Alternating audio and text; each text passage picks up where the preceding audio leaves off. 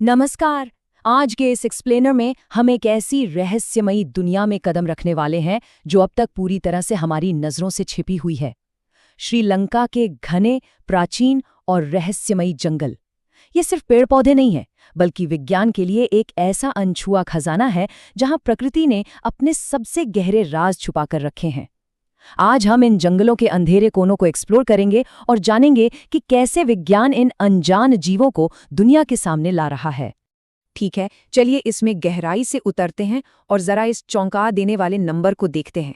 सिर्फ पिछले 5 सालों के अंदर इन्हीं जंगलों में कम से कम 40 बिल्कुल नई जानवरों की प्रजातियां खोजी गई हैं। है ना कमाल की बात? ये ऐसे जीव हैं जिनके बारे में विज्ञान को और पूरी दुनिया को अब तक रत्ती भर भी जानकारी नहीं थी। ये आंकड़ा हमें सोचने पर मजबूर कर देता है कि हमारी इस धरती के जंगलों में अभी भी कितने ऐसे रहस्य हैं जो बस खोजे जाने का इंतजार कर रहे हैं। अब इस रहस्यमयी जंगल का पूरा इकोसिस्टम ही बड़ा अजीब और लुभावना है। यहाँ सिर्फ नए जानवर ही नहीं मिलते, बल्कि ऐसे मांसाहारी पिचर पौधे भी पाए जाते हैं जो अपने आप में एक अजूबा हैं। इन पौधों के अंदर एक खास तरह का जानलेवा तरल पदार्थ होता है और अगर ध्यान से देखा जाए तो इनके अंदर अनगिनत मरे हुए कीड़े मकोड़ों की लाशें तैरती हुई दिखती हैं। इसके अलावा यहाँ पत्थरों पर काई खाते हुए विशालकाय मिलीपीड, बेहद जहरीले क्रेट सांप और टेरेंट्यूला मकड़ियों की ऐसी ऐसी प्रजातियां मौजूद हैं जिनका आज तक किसी भी किताब में कोई साइंटिफिक रिकॉर्ड ही नहीं है। लेकिन सच्चाई ये है कि ये अनदेखी दुनिया आज बहुत बड़े खतरे में है। इन जंगलों में वनों की कटाई, इल्लीगल वाइल्ड लाइफ ट्रेड और विकास के नाम पर जो अतिक्रमण हो रहा है, उसने इन जीवों के अस्तित्व को खतरे में डाल दिया है। सबसे डरावनी बात तो ये है कि अगर इन प्रजातियों को समय रहते नहीं खोजा गया तो ये विज्ञान की किताबों में अपना नाम दर्ज कराने से पहले ही हमेशा हमेशा के लिए विलुप्त हो सकती हैं, और तब हमें पता भी नहीं चलेगा कि हमने क्या खो दिया। और यहीं पर उम्मीद की किरण बनकर सामने आती है बेर यानी BEAR नाम की एक नॉन प्रॉफिट संस्था। मशहूर बायोलॉजिस्ट डॉक्टर रैनिल नानायाकारा इसका नेतृत्व कर रहे हैं। इस संस्था की मेहनत और डेडिकेशन का अंदाजा सिर्फ इस बात से लगाया जा सकता है कि केवल 2009 से 2019 के बीच, यानी सिर्फ 10 सालों में उन्होंने सफलतापूर्वक 68 नई प्रजातियों की खोज की है। ये दिन रात इसी प्रयास में जुटे हैं कि इन गुमनाम जीवों को दुनिया में एक पहचान मिल सके। आइए आगे बढ़ते हैं और देखते हैं कि ये आगे कैसे जुड़ता है, क्योंकि नई प्रजातियों को जंगल में बस देख लेना तो केवल एक शुरुआत है। असली साइंस इसके बाद शुरू होता है।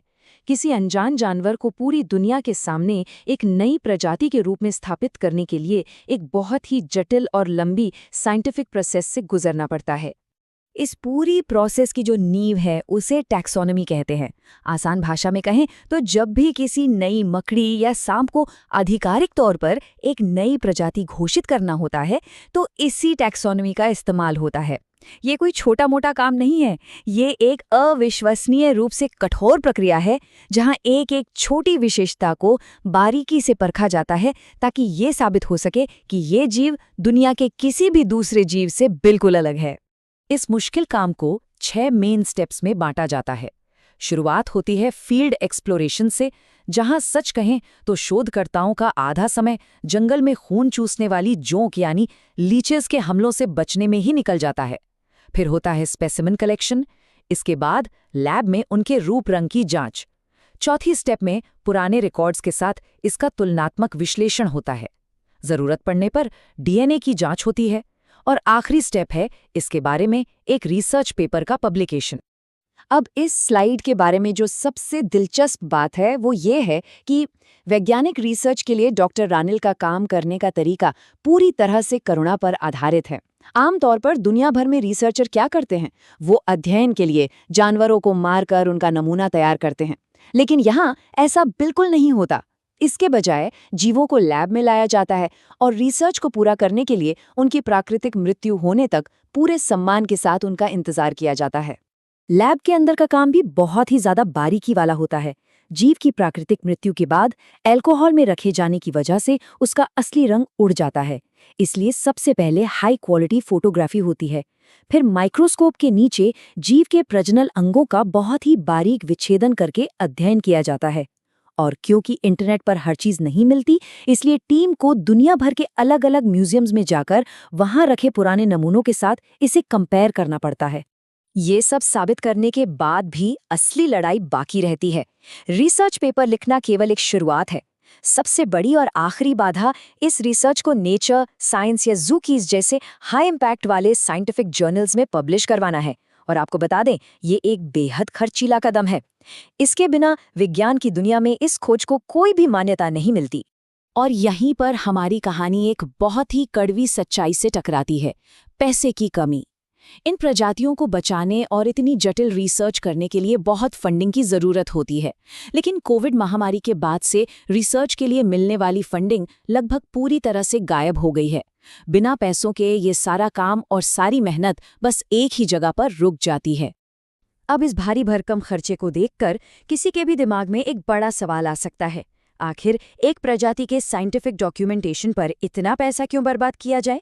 क्या ये बेहतर नहीं होगा कि इन जानवरों को उनके हाल पर छोड़ दिया जाए और सिर्फ उस जंगल को बचाने पर पैसा लगाया जाए? सुनने में ये तर्क बिल्कुल सही लग सकता है, और ये इस बात को बहुत ही शानदार तरीके से दर्शाता है कि वो शक पूरी तरह से गलत क्यों है। देखिए, अगर किसी प्रजाति का कोई रिकॉर्ड नहीं है तो वो शिकारियों के लिए एक आसान टारगेट बन जाती है। लेकिन जैसे ही किसी प्रजाति का साइंटिफिक डॉक्यूमेंटेशन पूरा होता है, पूरी दुनिया के एनजीओ का ध्यान उस पर जाता है, रिसर्च टूरिज्म बढ़ता है, और सबसे बड़ी बात, सरकार पर दबाव पड़ता है कि वो उस पूरे जंगल को नेशनल पार्क घोषित करके उसे सुरक्षा दे। चलिए, इसे एक एक बिल्कुल ठोस उदाहरण से समझते हैं। मान लीजिए इस काम के लिए 15 लाख रुपए का डोनेशन मिलता है, तो वो पैसा कहाँ जाता है? 3 लाख रुपए फील्ड सहायकों को दिए जाते हैं, 1.5 लाख विदेशी म्यूजियम्स की यात्रा में लगते हैं, 2 लाख के लैब इक्विपमेंट आते हैं, 4 लाख तो सिर्फ पब्लिकेशन में चले जाते हैं, और बचे हुए 4.5 लाख रुपए स्थानीय लोगों में जागरूकता फैलाने में खर्च होते हैं। यानी डोनेशन का एक एक पैसा सीधे तौर पर ग्राउंड लेवल के काम में लग जाता है। इस पूरी लिस्ट में स्थानीय लोगों को जागरूक करना असल में सबसे तगड़ा हथियार है। होता क्या है कि विदेशी पेट ट्रेड वाले लोग अक्सर इन दुर्लभ मकड़ियों को पकड़ने के लिए जंगलों में इनके घरों को पूरी तरह खोदकर तबाह कर देते हैं। इसका एक ही तोड़ है: गांव वालों को एजुकेट करना। जब वहां के लोकल्स इन जीवों की पहचान करना सीख जाते हैं और उन्हें ही फॉरेस्ट रेंजर की नौकरी मिल जाती है, तो वो इन जंगलों के लिए सबसे मजबूत ढाल बन जाते हैं। सच कहें तो अब ये एक रेस बन चुकी है, और वो भी समय के खिलाफ। इन नई प्रजातियों की असली लोकेशन को कभी पब्लिक नहीं किया जाता, क्योंकि इससे शिकारियों को सीधा रास्ता मिल जाएगा। लेकिन अगर तुरंत कोई बड़ा और सामूहिक कदम नहीं उठाया गया, तो ये प्रजातियां इंसानी लालच की भेंट चढ़ जाएंगी और हमेशा के लिए विलुप्त हो जाएंगी। इस पूरे चक्र को पूरा करने के लिए, हर एक कदम को सही से उठाने के लिए एक सटीक अमाउंट की जरूरत होती है। एक अकेली नई प्रजाति का पूरी तरह से साइंटिफिक रिकॉर्ड बनाने और उसे हमेशा के लिए सुरक्षित करने की कुल लागत आती है $6,000। जी हाँ, ये वो कीमत है जो किसी अनाम जीव को विज्ञान के पन्नों में अमर कर देती है। तो सबसे अहम मुद्दा ये है कि जब कोई इस $6,000 की राशि को डोनेट करता है, तो विज्ञान की दुनिया उस योगदान को भूलती नहीं है। जिस नई प्रजाति की खोज होती है, उसका नाम उसी डोनर के नाम पर रख दिया जाता है। जैसे एक नई मकड़ी का नाम पोसिलोथेरिया राठी रखा गया है। ये सिर्फ एक डोनेशन नहीं है, बल्कि अपना नाम विज्ञान के इतिहास में हमेशा हमेशा के लिए दर्ज करवाने का एक बेहद खूबसूरत तरीका है। हमारी आज की इस पूरी चर्चा का जो सबसे बड़ा सबक है, वो इस एक लाइन में छिपा है: बिना विज्ञान के हम उस चीज को बचा ही नहीं सकते जिसके बारे में हमें पता तक नहीं है। संरक्षण सिर्फ पेड़ लगाने तक सीमित नहीं है। यह इस बात पर निर्भर है कि हम अपने इकोसिस्टम में रहने वाले हर एक छोटे से छोटे जीव को कितनी गहराई से पहचानते हैं। अंत में ये बात बिल्कुल साफ हो जाती है कि इस छिपे हुए संसार को बचाने की असली ताकत हम सब के कलेक्टिव एफर्ट्स में है। थोड़ी सी जागरूकता और सपोर्ट से हम इस अनदेखी दुनिया को बचा सकते हैं। अब सोचने वाली बात यह है कि इस विशाल रहस्यमयी प्रकृति के खजाने से अगली कौन सी छिपी हुई प्रजाति हम दुनिया के सामने लाएंगे। इसी विचार के साथ आइए इस विज्ञान और प्रकृति की यात्रा को आगे बढ़ाते रहें।